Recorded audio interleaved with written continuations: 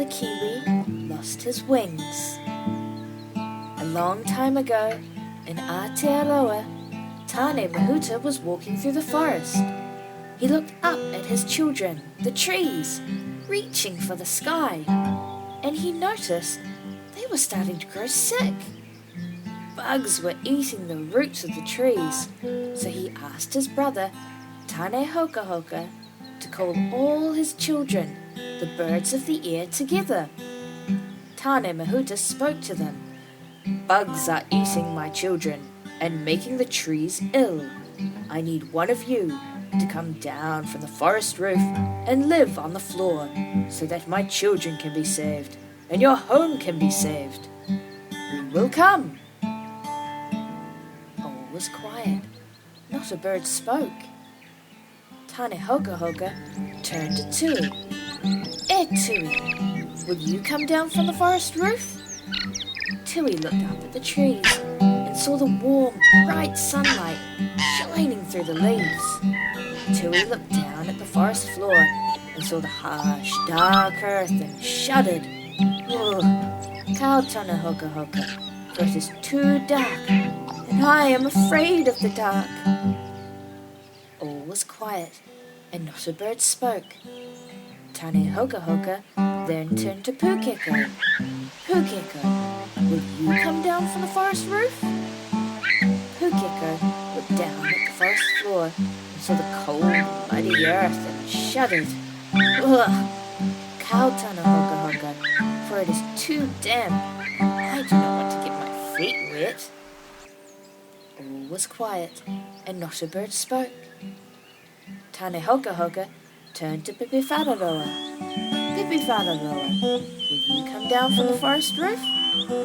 Pipiwhararoa looked up at the trees and saw the sunlight skipping through the leaves. He looked around and saw his family glittering through the branches. Kau Tane Hokahoka, for I am too busy at the moment building my nest.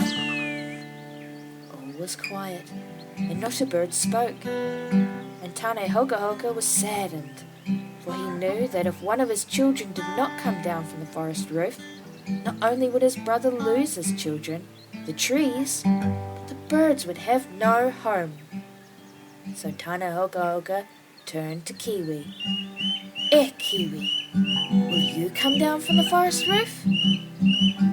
Kiwi looked up at the trees and saw the sun dancing through the leaves.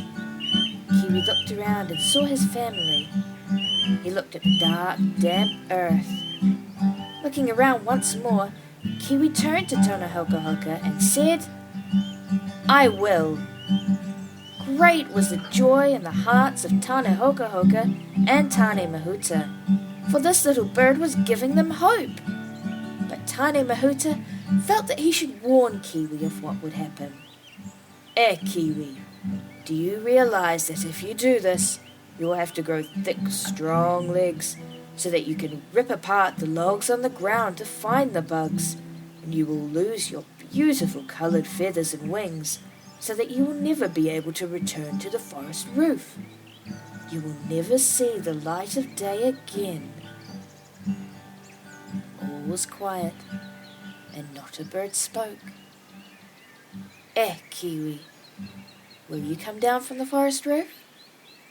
Kiwi took one last look at the sun filtering through the trees and said a silent goodbye. Kiwi took one last look at all the other birds, their wings and their coloured feathers, and said a silent goodbye. Looking around once more, he turned to Tane Hokahoka and said, I will.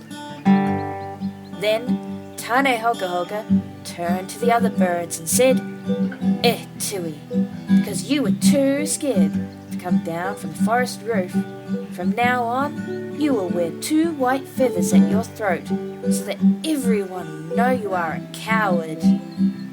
Pukeko, because you did not want to get your feet wet, you will live forever in the swamp. And Pipiwhararoa, because you were too busy building your nest, from now on you will never build another nest again. You will have to lay your eggs in the nests of other birds. But you, Kiwi, because of your great sacrifice, you will become the most well-known and most loved bird all Aotearoa. The